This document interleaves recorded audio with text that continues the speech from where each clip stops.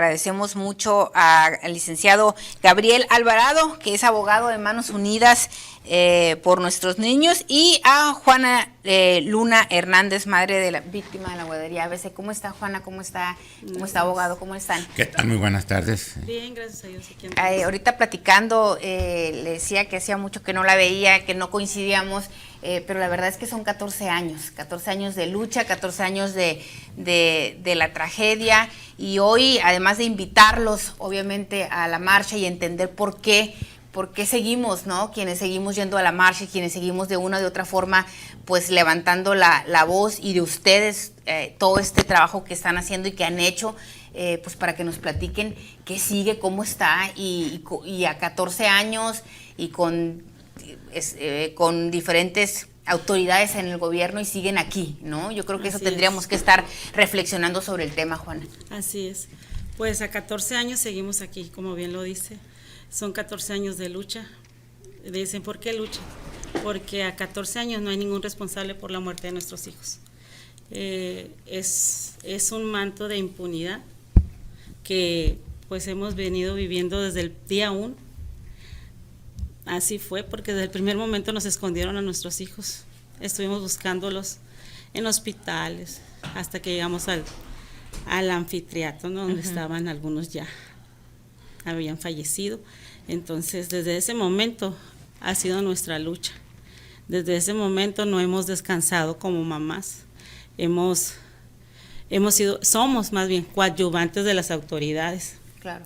En la investigación, tenemos una investigación en la Fiscalía, y hasta el día de hoy pareciera que el tiempo se detuvo, porque no tenemos ni tan siquiera una llamada de las autoridades para decir, vamos en esto, que sigue, le seguimos por aquí o por allá, y tenemos que irles diciendo el caminito. Y pues aquí estamos, o sea, aquí en Sonora también hay resoluciones firmes, y desafortunadamente también las autoridades, tuvimos una comunicación con ellos y ya nos han dado respuesta. Nos dijeron que iban a emitir una ficha roja, la cual tampoco hemos tenido una respuesta de eso. Nos dijeron que fuéramos sigilosos, que para que no se fueran de la ciudad o del país, y nosotros sabemos que ya no están aquí, pues entonces, como mamás, ¿qué sigue? Yo creo que como mamá nosotros nos vamos a convertir en las cazadoras de estos culpables, porque un juez ya dictó sentencia firme, y ellos son los culpables de la muerte de nuestros hijos, por delitos por omisión, delitos culposos, por no haber hecho lo que tenían que haber hecho en esa guardería, y hoy nuestros hijos no están aquí. Ya son 14 años, y como bien dices, las omisiones se siguen presentando. ¿Qué sigue? Ahorita tú misma decías, seguir luchando, pero jurídicamente, ¿en qué posición están ahorita? ¿Cómo está el caso? Y sobre todo, también hacer conciencia para quienes nos ven y a lo mejor muchos de quienes nos están viendo dicen, pues bueno, ya es mucho tiempo, ya pasó mucho tiempo, o sea, como para poder decir por qué seguimos, o por qué siguen luchando, por qué siguen marchando, ¿no? Bien, vamos a dar respuesta a eso. Así es, aquí lo voy. Nuestro sistema judicial es el que está diseñado precisamente para que, si se quiere hacer tardado un proceso, se haga tardado. Ahorita acabamos de decir que hoy se cumplen 14 años. Todas estas personas que fueron sometidas a proceso, fueron 22 originalmente, tuvieron la oportunidad de defenderse cabalmente.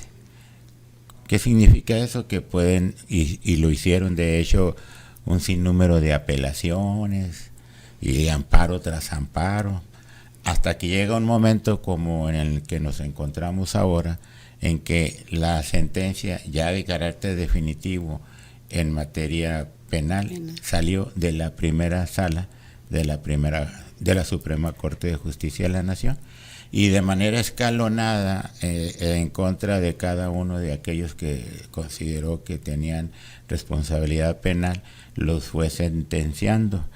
A este momento, y lo único rescatable desde esa perspectiva es que esas sentencias quedan firmes. ¿Qué significa eso? Que ya no existe ningún medio o mecanismo legal por virtud del cual se puedan modificar o revocar. Okay. No existe. Entonces, y lo que sigue, a propósito de la pregunta que hacía, y lo que sigue es que la Fiscalía General de la República, que es quien tiene a su cargo la tarea y la labor de cumplir esas órdenes de aprehensión, las debe de ejecutar. Pero no lo han hecho. Pero no lo han hecho. ¿Desde cuánto tiempo tiene esta omisión de parte de la autoridad de este gobierno? Porque han pasado gobiernos de todos los partidos en este caso. En este caso estamos hablando de noviembre del año pasado.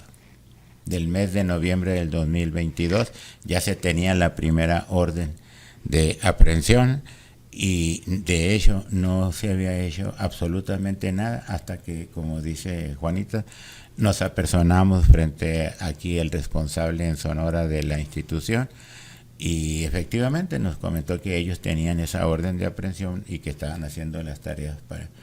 Y ya cuando les pedimos que agilizaran el proceso, nos dijeron que iban a emitir ya esa ficha roja. Sin embargo, pero hasta el momento no hay nada. No le hemos visto nosotros. No. Y forzosamente sí debemos de estar enterados porque somos coadyuvantes y si existen esas órdenes de aprehensión fue porque nosotros impulsamos y empujamos el procedimiento para llegar a ese estatus. Entonces sería ilógico y sobre todo incongruente por parte de la autoridad pensar tú no debes de estar enterado de esto, cuando en realidad somos nosotros quienes ponemos las condiciones para que esté como está en este momento el proceso. Y en este caso, pues esperan que cumpla la autoridad, pero es evidente que no han hecho el trabajo que tienen que hacer. ¿Qué les toca ya a ustedes en este momento? Pues a la par, siempre lo hemos hecho así, a la par de los esfuerzos jurídicos que se realizan, también está el de las vías de hecho. En las vías de hecho estamos viendo que lo que tienen que hacer las madres y los papás es en algún momento estar por fuera de Palacio Nacional, tratar de ver al presidente que desde un principio se mostró empático y sensible y con solidaridad hacia este tema y que creemos nosotros que él ha sido engañado y los reportes que le dan no necesariamente corresponden a lo que es real. Entonces que estas mamás los pongan al tanto de lo que es y él ya intervenga, ¿no? Desde la alta investidura que él posee para que finalmente esta institución que se dice que es independiente, pues también deba de hacer su trabajo. Claro, lo que les toca es ir a tocar puerta. ¿Tienen pensado una fecha, ir a buscar al presidente porque no han encontrado una respuesta? Yo creo que en este mes necesitamos que hubiera pasado este día, que es tan doloroso para nosotros y los que siguen, porque desafortunadamente fallecieron el 5, el 6, el 7, el 27, entonces son días muy difíciles para muchos de nosotros. El mes de junio finalmente nos ha marcado a todos, ¿no? Así es. La verdad es que todos los días de alguna manera o debiéramos de tener en la memoria, porque siempre la consigna del 5 de junio no se debería de olvidar para que no se vuelva a repetir y para que en este país no exista la impunidad que existe, ¿no? Y si y es una impunidad que aquí estamos, o sea, a 14 años y aquí los padres y las madres de familia luchando por una justicia que no les llega, ¿no? El Estado mexicano falló y sigue fallando, sigue fallando porque no es posible que pues aquí estamos, o sea, que tengamos que salir a marchar para pedir justicia, que tengamos que estar ante las autoridades día con día y ellos son fríos, realmente son fríos y este caso lo han administrado. Una administración de la justicia. Sí, así sea, más que aplicación de la justicia, se ha administrado la justicia.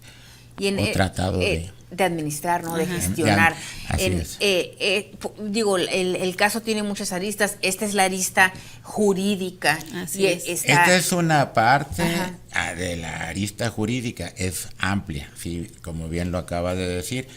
A la parte de este proceso que ya acaba de culminar y con la consecuencia de ello son la existencia de esas órdenes de aprehensión, decía a la par. ¿Por qué? Porque al interior de la Dirección General de Control de Averiguaciones Previas y de Carpetas de Investigación de la Fiscalía General de la República existen investigaciones para que finalmente se sepa qué fue lo que realmente sucedió en la bodega, porque el incendio se generó en la bodega que se encontraba al servicio del gobierno del estado de Sonora, particularmente de la Secretaría de Hacienda, y cuya propagación al predio colindante, que era el de la guardería ABC, propició y generó y provocó la muerte de 25 niños, de 24 niños, y lesiones desde quemaduras hasta niños de afección pulmonar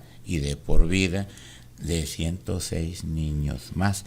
Entonces, lo que convierte a esta tragedia en la mayor tragedia infantil que ha acontecido en nuestro país y que desde luego debiera de merecer la máxima prioridad para esclarecer. Se tiene que establecer lo que se le llama la verdad histórica de los hechos. ¿Qué fue lo que ahí sucedió? Que finalmente el resultado terminó en la muerte, como consecuencia de lo que se hizo aquí, y terminó produciendo la muerte de estos pequeños y de estas pequeñas, y las lesiones en todos estos que ahora ya son jóvenes adolescentes, porque han transcurrido precisamente esos 14 años. Sí, 14 años que también que los marcaron y que en la mañana los veía ahí por fuera donde fue la guardería, en unas imágenes, pues niños marcados también, la mayoría de por vida, ¿no? Así es. Y por esta tragedia, y que finalmente también hay otra lucha ahí, que ahorita platicábamos de las diferentes aristas. Hay otra lucha por estos cambios en el decreto presidencial, donde también pues se están viendo afectados en términos de atención médica, de todo el compromiso que había hecho de manera inicial el propio Estado mexicano con un gobierno de otro color, ¿no? Sí. Y ahora lo cambian para afectar, ¿no? Para mejorar, que pareciera y lo hemos venido platicando, que fuera para ir pues cumpliendo de alguna manera con cada vez. No hay dinero que alcance, no hay atención que alcance para poder resolver este problema, pero quitarles lo ya ganado, los derechos ya adquiridos, la verdad es que es imposible, o parecer imposible que esté pasando esto. Por eso insisto, el Estado mexicano le sigue fallando a las víctimas de la guardería ABC. Así es. De hecho, hay muchos casos ahí. Yo siempre lo he dicho, somos 49 historias y más, porque detrás de cada familia, de cada niño hoy joven, la salud a veces mengua en unos, o sea, el cuerpo va reaccionando de diferente forma. Entonces, ahí hay unas historias de veras que desafortunadamente 20 jóvenes se quedaron en el rezago, si así lo podemos llamar, que no fueron reconocidos como lesionados. Y dentro de ellos hay niños ahorita con afecciones muy raras, enfermedades raras que les llamamos, o que tienen su nombre, pero que fueron consecuencia de ese incendio. Precisamente. Del incendio. Se deben a eso. Entonces, esa lucha es aquí y el ahora ahorita. ¿Cómo es posible que esté en juego la vida de ellos? Porque está en juego, por no tener al alcance aparatos que quiere el Seguro Social que se compren, y son de un precio que los padres de familia no lo pueden comprar. Y es un llamado que le estamos haciendo nosotros al Instituto Mexicano del Seguro Social, no se puede quitar lo ya ganado. Claro. Los derechos adquiridos, la verdad es que los derechos adquiridos por el Estado mexicano, sin importar quién estaba gobernando en su momento, no se les puede arrebatar. Si de por sí ya les arrebataste no solo la vida, sino la salud y demás, se debe de cumplir con lo mínimo irreductible que ya se había ganado, ¿no? Que creo que partes de esa premisa. Sí, es que aquí es donde entra el terreno que yo decía, de que parte del gabinete que tiene que ver con el caso engaña al señor presidente. Lo voy a precisar. El marco jurídico que se estableció en el decreto que cuando vino a visitar, la última vez que vino a visitar a las familias en marzo del 2020, establecía una serie de atenciones y apoyos. Pero ahí mismo, en un apartado de ese decreto, se consigna que en su momento el H Consejo Técnico del IMSS, que es la máxima autoridad del Seguro Social, habría de compilar en un solo acuerdo todo eso irregular, todos esos apoyos que se están señalando desde el decreto. Entonces, acá está el decreto, acá están los acuerdos del Consejo Técnico. Y estos nuevos lineamientos, curiosamente, son emitidos por personas cuyas atribuciones en los cargos que ostentan no pueden modificar esto como en efecto lo hicieron. Pero no lo modificaron, como bien decías, para mejorar. No, lo hicieron para quitar, ¿no? Para quitarle derechos, que efectivamente se trata de derechos adquiridos. ¿No? Y no solamente que se trata de quitar derechos adquiridos, sino que también se le están quitando y retirando de una manera indebida e ilegal. Por eso de nuestro colectivo interpusimos un juicio de amparo. Ahorita están siendo sometidos ante diversos jueces federales de distrito de esta ciudad la legalidad y constitucionalidad de esos lineamientos que restringieron severamente la atención y en la misma forma afectan a toda la comunidad de la guardería ABC. No, pues como le decimos, la verdad es que muchas aristas, este caso, y cada vez lo recordamos cada 5 de junio, pero es una lucha constante todos los días porque, insisto, el Estado mexicano sigue fallándole a los niños y a las familias y a los afectados de la guardería ABC. Me tengo que ir ya a un corte, nada más para cerrar, agradecerles y también invitarlos. ¿Por qué se sigue marchando? ¿Por qué necesitamos salir a las calles? Porque esto, como pueden ver, como nos explicó Juana, como nos explicó el abogado, no hay forma de que la autoridad sin presión social reaccione y haga su trabajo en este caso. Así es. Les agradezco mucho. Por el contrario, nos vamos a un corte y regresamos.